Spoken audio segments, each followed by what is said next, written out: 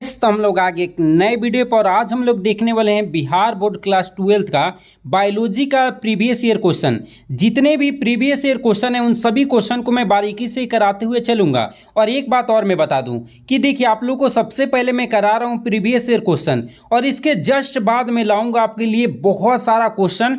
और वे क्वेश्चन जो हैं वो गेस किए गए हैं, समझ लीजिए कि उससे बाहर एग्जाम में नहीं जाएंगे। तो सबसे पहले मैं आप लोग को प्रीवियस ईयर क्वेश्चन करा देता हूं और उसके बाद से जितने भी इंपॉर्टेंट क्वेश्चन है उन सभी क्वेश्चनों को बारीकी से एक एक करके आप लोग को करा दिए जाएंगे, ताकि आप एग्जाम में एक भी क्वेश्चन गलत करके नहीं आएंगे। अगर पूरा वीडियो को वॉच करते हैं तो निश्चित आप बहुत बेहतर करने वाले हैं। और एक बात और मैं बता दूं कि मेरे चैनल से जुड़ जाते हैं और सारे सब्जेक्ट का प्रॉपर अच्छे ढंग से तैयारी करके एग्जाम में जाते हैं तो आप 450 नंबर आसानी से ला सकते हैं। आप लोगों को यकीन के लिए मैं बता दूं कि पिछले ईयर का भी वीडियो बहुत सारा डाला गया है। आप जाके पेपर वीडियो को देख के पेपर मिला सकते हैं, क्योंकि हू बहु क्वेश्चन जो अगले साल पढ़ाया गया था हू बहु क्वेश्चन आया हुआ था। अगर चाहते हैं कि आप एग्जाम में बहुत बेहतर करें तो वीडियो में बने रहिए। और देखिए मैं 2015 से स्टार्ट कर रहा हूं। ये जो मैं आज लाया हूं ये 2015 का क्वेश्चन है और 2015 में जितने भी क्वेश्चन पूछे गए हैं उन सभी क्वेश्चनों को मैं कराऊंगा। और 2015 में कितने क्वेश्चन आए थे? 28 नंबर का रहता है और 28 क्वेश्चन ही पूछे गए थे। देखिए क्या कह रहा है कि निम्नलिखित प्रश्न 1 से 28 तक के प्रत्येक प्रश्न के लिए एक सही विकल्प सही है। प्रत्येक प्रश्न का सही उत्तर प्रश्न में चिन्हित करें। और देखिए क्या है, 28 क्वेश्चन है और एक क्वेश्चन 1 नंबर का, टोटल कितने नंबर का? 28 नंबर का क्वेश्चन है। देखिए पहला क्वेश्चन क्या दे रखा है इसके बारे में चर्चा कर लेते हैं। देखिए क्या कह रहा है, जब संतति की उत्पत्ति एकल जनक द्वारा होती है तो क्या कहलाता है? ऑप्शन देख लेते हैं हम लोग। देखिए ऑप्शन क्या दे रखा है, लैंगिक जनन, दूसरा है अलैंगिक जनन, तीसरा है ए और बी दोनों, और चौथा है सभी। तो मैं बता दूं कि जब भी किसी जीव की उत्पत्ति एक जीव से होती है तो उसको हम लोग बोलते हैं अलैंगिक जनन। क्या बोलते हैं? अलैंगिक जनन। और वही जब दो जीवों के मिलने से होगा उसको हम लोग क्या बोलते हैं? लैंगिक जनन बोलते हैं। क्या बोलते हैं? लैंगिक जनन। तो आप लोग को याद रखना है, मैं फिर से बता देता हूं।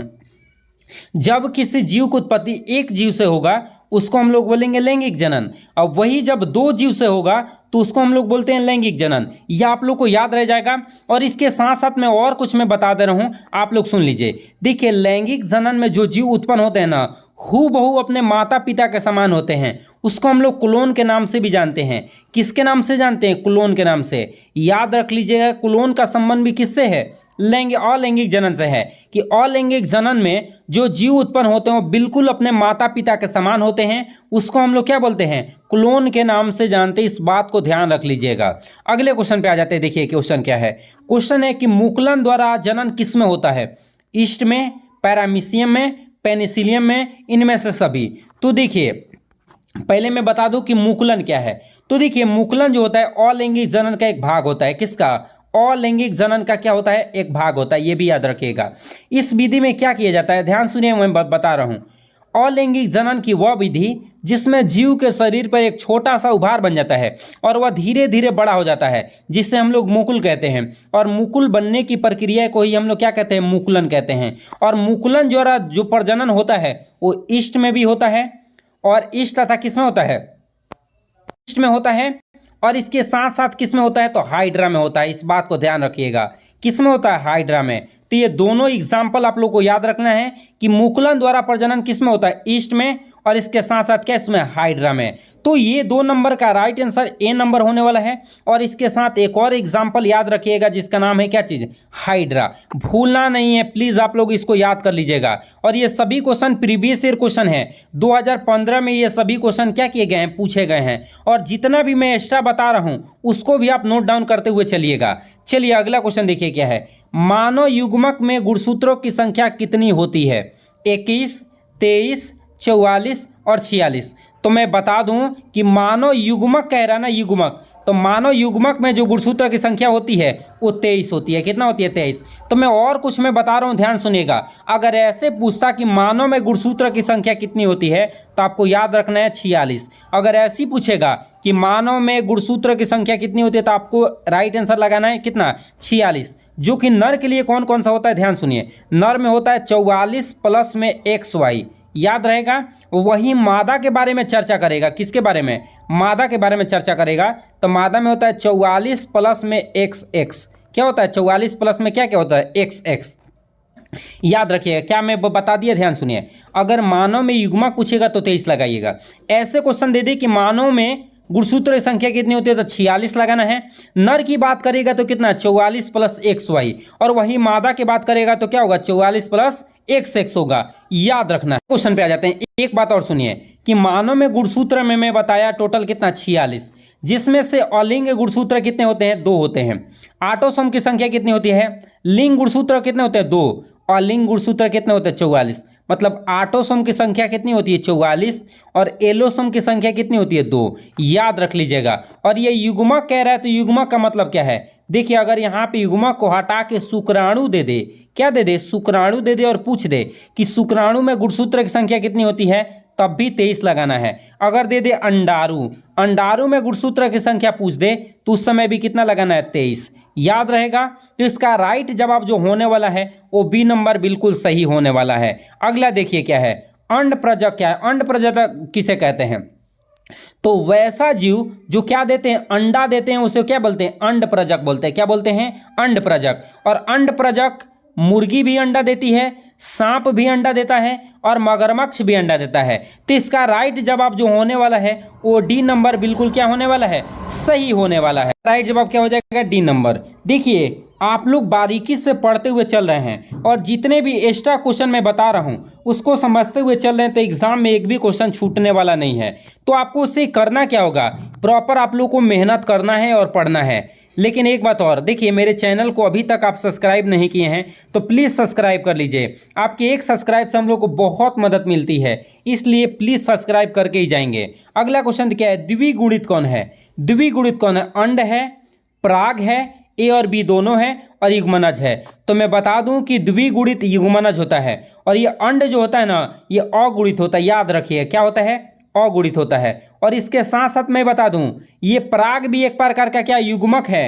अंड भी एक प्रकार का युग्मक है और पराग भी एक प्रकार का युग्मक है। और युग्मक जितने भी होते हैं वो क्या होते हैं? अगुणित होते हैं। क्या होते हैं? अगुणित। और द्विगुणित कौन होता है? तो द्विगुणित कौन होता है? युग्मनज होता है। याद रख लीजिएगा, द्विगुणित कौन होता है? युग्मनज, जिसमें गुणसूत्र की संख्या कितनी होती है? 46 होती है। याद रखिएगा, जिसमें भी गुणसूत्र की संख्या 23 होगा वो अगुणित कहलाता है और 46 होगा तो क्या कहलाता है? द्विगुणित। तो युग्मनज क्या हो गया? द्विगुणित हो गया। अगला देखिए क्या है कि किस फल में बीजचोल खाया जाता है?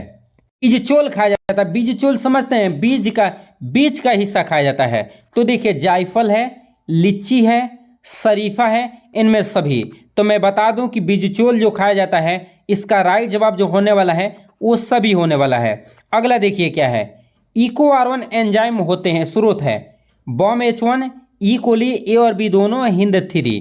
तो मैं बता दूं कि इकोआर1 जो प्राप्त होता है इस्चीरिया कोलाई जीव से प्राप्त होता है, जिसको हम लोग ई कोली के नाम से जानते हैं, इस्चीरिया कोलाई। याद रखिए, इकोआर1 एंजाइम किससे प्राप्त होता है? ई कोलाई से, जिसको इस्चीरिया कोलाई बोलते हैं। और मैं बता दूं कि इकोआर1 जो होता है एक प्रकार का प्रतिबंधन एंजाइम है। कौन सा एंजाइम है? प्रतिबंधन एंजाइम है, जो विशिष्ट स्थानों पे काटने में क्या करता है? मदद करता है। तो याद रख लीजिएगा, इकोआर1 क्या है? प्रतिबंधन एंजाइम है जो किसी भी डीएनए को विशिष्ट स्थानों पे काटने में मदद करता है। जो मिलता किससे है? तो ई कोली जीव से मिलता है। एक बात और मैं बता दूं कि इकोआर1 जो होता है ना, वो पैलिंड्रोमिक सीक्वेंस को पहचानता है। किसको पहचान करता है? तो याद रखिएगा, GAATTC। किसकी पहचान करता है? GAATTC की क्या करता है? पहचान करता है। कौन? इकोआर1 एंजाइम। इस बात को ध्यान रखेंगे, तभी जाके काटता है। अगला देखिए क्या है? H2O सल्फर डाइऑक्साइड प्रदूषक सूचक है। शैवाल, लाइकेन से कवक, इनमें से सभी। तो मैं बता दूं कि 8 नंबर का जो राइट आंसर होने वाला है वो होने वाला है बी नंबर, लाइकेन। किसका सूचक है? लाइकेन का। आप लोगों से मैं प्रश्न पूछना चाहता हूं कि लाइकेन कैसे बनता है। तो देखिए, मैं आप लोगों को मैं बता दूं कि जो शैवाल होता है ना, शैवाल कौन होता है? शैवाल।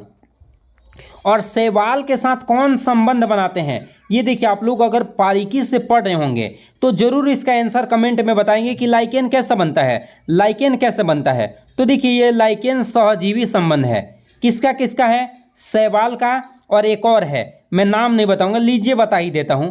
कवक और शैवाल का सहजीवी संबंध ही क्या कहलाता है, लाइकेन कहलाता है। याद रखिएगा कि कवक और शैवाल का सहजीवी संबंध क्या कहलाता है, लाइकेन कहलाता है, याद रखेंगे। अगला देखिए क्या है, टी लिम्फोसाइट उत्पन्न होता है अस्थि मज्जा से, पेट में, थाइमस से, यकृत से।